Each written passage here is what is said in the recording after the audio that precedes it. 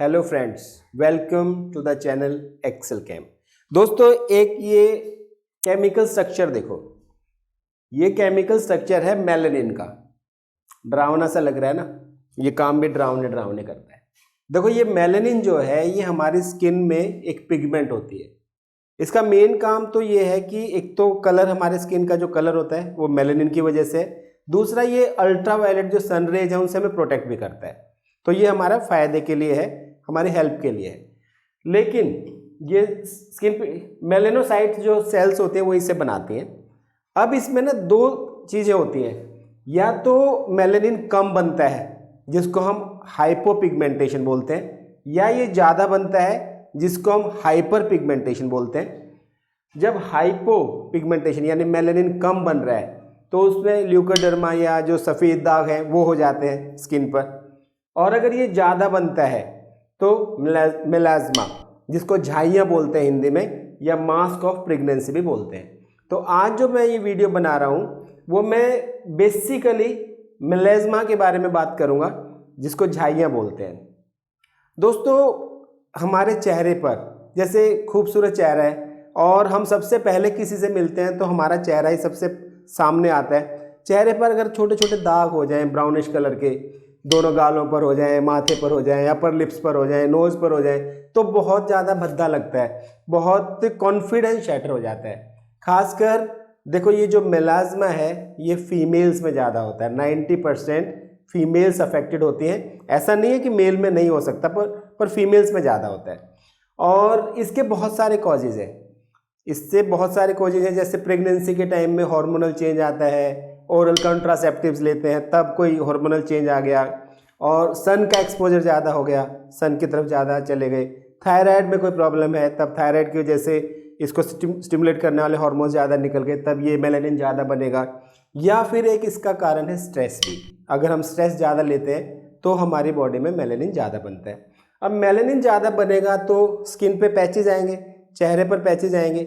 ये जो पैचेज आएंगे ये किसी भी पर्सन के कॉन्फिडेंस को शैटर करते हैं। इसका सबसे बड़ा नुकसान ये है कि सेल्फ एस्टीम, पर्सन का कॉन्फिडेंस खत्म हो जाता है।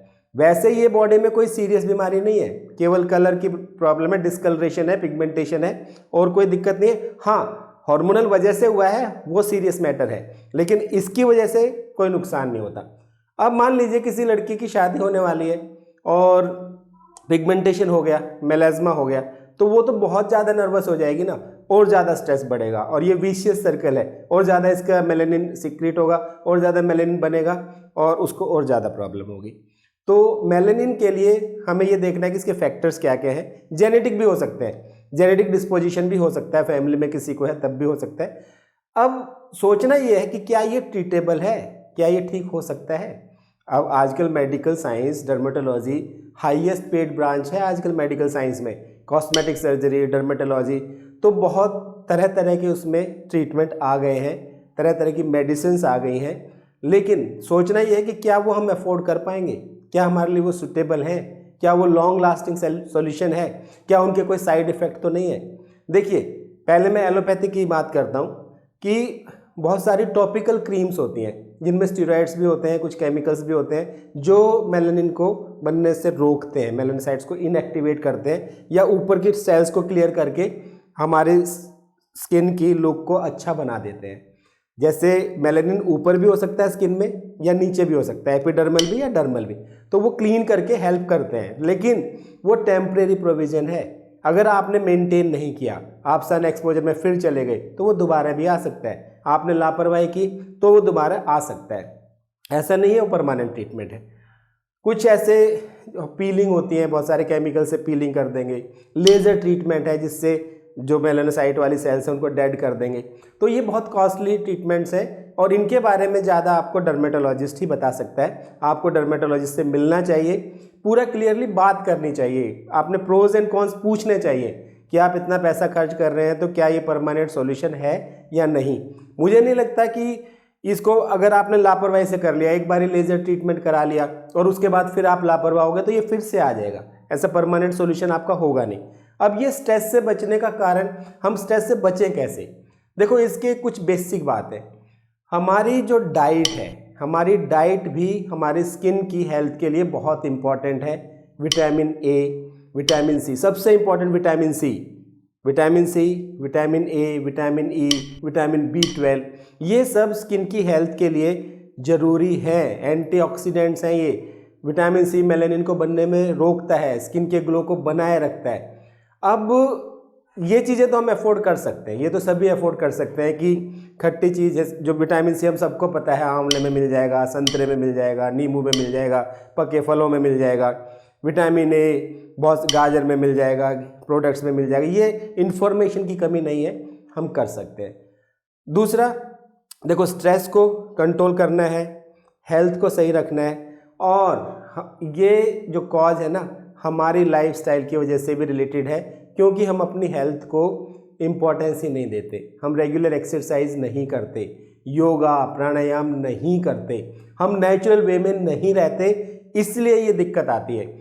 जब भी हम नेचुरल नहीं होंगे कुछ ना कुछ हमारी बॉडी में नेगेटिव होगा। और सॉल्यूशन भी, आप एक एक चीज़ को लेके मत चलिए कि भाई मेरे को विटामिन सी ही लेना है, मेरे को विटामिन बी। आप बैलेंस डाइट पे आइए ना, नेचुरल डाइट पे आइए। मैंने एक वीडियो और बनाई थी कि बैलेंस डाइट में जो चीज़ें नेचुरली हम खा सकते हैं वो हमें खानी चाहिए। एक्स्ट्रा स्पाइसेस अवॉइड करने चाहिए, एक्स्ट्रा शुगर अवॉइड करनी चाहिए, एक्स्ट्रा नमक अवॉइड करना चाहिए, तो हमारी बॉडी में ये चीज़ें आएंगी ही नहीं। देखिए हमारी बॉडी का जो सिस्टम है, जैसे हार्मोन्स की बात होती है, पिट्यूटरी ग्लैंड है, थायराइड ग्लैंड है, पेनक्रियाज है, एडिनल है, टेस्टिस है, ओवरीज है। ग्लैंड्स ना बहुत सिस्टम से काम करती हैं। नेचर ने पूरा बैलेंस बनाया है हमको कि हमारे ये हार्मोन रिलीज होना चाहिए और इतना होना चाहिए, ज़्यादा हो रहा है तो रुक जाता है अपने आप। गड़बड़ कहाँ होती है कि एक नेचुरल सिस्टम था, उसमें हमने आर्टिफिशियल चीज़ें डाल दी, फालतू का सोचने लग गए, हमने अपनी लाइफ को सेडेंट्री बना दिया, एक्टिव है ही नहीं, हम मस्त रहते ही नहीं, खुश रहते ही नहीं। जरा जरा सी बात का स्ट्रेस लेंगे तो कहीं ना कहीं तो वो निकलेगा ना, फिर वो शरीर पर एक नहीं अनेकों बीमारियां लेकर आता है। इनएक्टिव लाइफ, स्ट्रेस लेना, बहुत ज़्यादा सोचना, ये सब चीज़ें ठीक नहीं है। इसलिए सबसे पहले अगर किसी को ये प्रॉब्लम है तो पहली बात तो स्ट्रेस लेना बंद कर दो, ये कोई सीरियस प्रॉब्लम नहीं है। हाँ, कॉस्मेटिक इफेक्ट है, इसमें आप अपने कॉन्फिडेंस को क्यों लूज़ करते हो? आप इसमें बिल्कुल कॉन्फिडेंस को लूज़ मत करिए। कोई फंक्शन है, कोई लोगों से आपको मिलना जुलना है, होता क्या है कि सोसाइटी में भी आपके चेहरे पर ही दिखता है ना एकदम, तो सामने से भी लोग पूछ ही लेते हैं, बोल ही देते हैं, अरे ये क्या हो गया, अरे ये तो ख़राब लग रहा है, अरे ये वो लग रहा है। ये आपके कॉन्फिडेंस को शैटर करते हैं। तो आप अपने कॉन्फिडेंस को बना के रखिए, पहली बात। दूसरी बात, अगर आप नेट पर, यूट्यूब पर कहीं भी सर्च करोगे ना तो हज़ारों ऐसी साइट्स मिल जाएंगी जो ये कहेंगे एक हफ्ते में मेलाज्मा का ट्रीटमेंट करिए, ये लेप लगाइए, 15 दिन में ख़त्म हो जाएगा, 1 महीने में ख़त्म हो जाएगा, 5 दिन में ख़त्म हो जाएगा। ऐसा नहीं है। ये बीमारी धीरे धीरे धीरे धीरे आई है तो धीरे धीरे ही जाएगी और मैनेज हमेशा करनी पड़ेगी। आप ना सच्चाई को समझिए। ऐसा जितनी भी जो चीज़ें होती है ना कि जो तुरंत रिजल्ट देती हैं, चाहे वो फाइनेंस में हो, चाहे वो हेल्थ में हो, वो गलत होती हैं, वो ठीक नहीं होती। अपने आप दवा लेके मत लगाइए। OTC क्रीम्स मिल जाती हैं, लगा लेंगे, फिर पता चलेगा उन्हें छोड़ेंगे और ज़्यादा नुकसान होगा। आप नेचुरल तरीके से बहुत सारी रेमेडीज़ हैं वो यूज़ करना भी शुरू करिए। सबसे पहले आप ये माइंड बनाइए कि ये कोई 1 दिन 2 दिन 2 महीने की लड़ाई नहीं है, ये लंबा स्ट्रगल है। पेशेंस रखनी होगी, लगातार आप अपनी हेल्थ को अच्छा रखिए ना। एक हेल्दी एंड ग्लोइंग स्किन होगी ना, वो अलग ही मज़ा होता है उसका। और वो कब होगी? देखिए, जड़ों में पानी डालिए ना। अगर पेड़ को हरा भरा करना है तो जड़ों में पानी डालिए। हम लोग पत्ती पत्ती को साफ करते रहेंगे, ऊपर से पीलिंग करते रहेंगे, कुछ नहीं होगा। एक डर्मेटोलॉजिस्ट भी क्या करेगा अगर आप अपनी लाइफस्टाइल को ही नहीं सुधारेंगे? आप स्ट्रेस लेंगे तो इससे तो ट्रीटमेंट आपका होगा नहीं। फिर सनस्क्रीन है, जैसे सन एक्सपोजर के लिए कहते हैं सन एक्सपोजर ना करिए, सनस्क्रीन लगाइए। सनस्क्रीन महंगी महंगी क्रीम है, क्या आप अफोर्ड कर सकते हैं? जो अफोर्ड कर सकते हैं वो डर्मेटोलॉजिस्ट की सलाह से लगाएं, कोई दिक्कत नहीं है। होना क्या चाहिए, एक से एक टेक्नोलॉजी आ गई है एलोपैथी में, मॉडर्न साइंस में, एक से एक हमारे पास घरेलू नुस्खे हैं, एक से एक हमारी योगा है, प्राणायाम है। एक बैलेंस करके चलिए। बेस्ट, दोनों का जो बेस्ट है वो अपनी बॉडी में आप यूज़ करिए। एक हेल्दी लाइफस्टाइल जब आप जिएंगे तो ये चीज़ें आएंगी ही नहीं।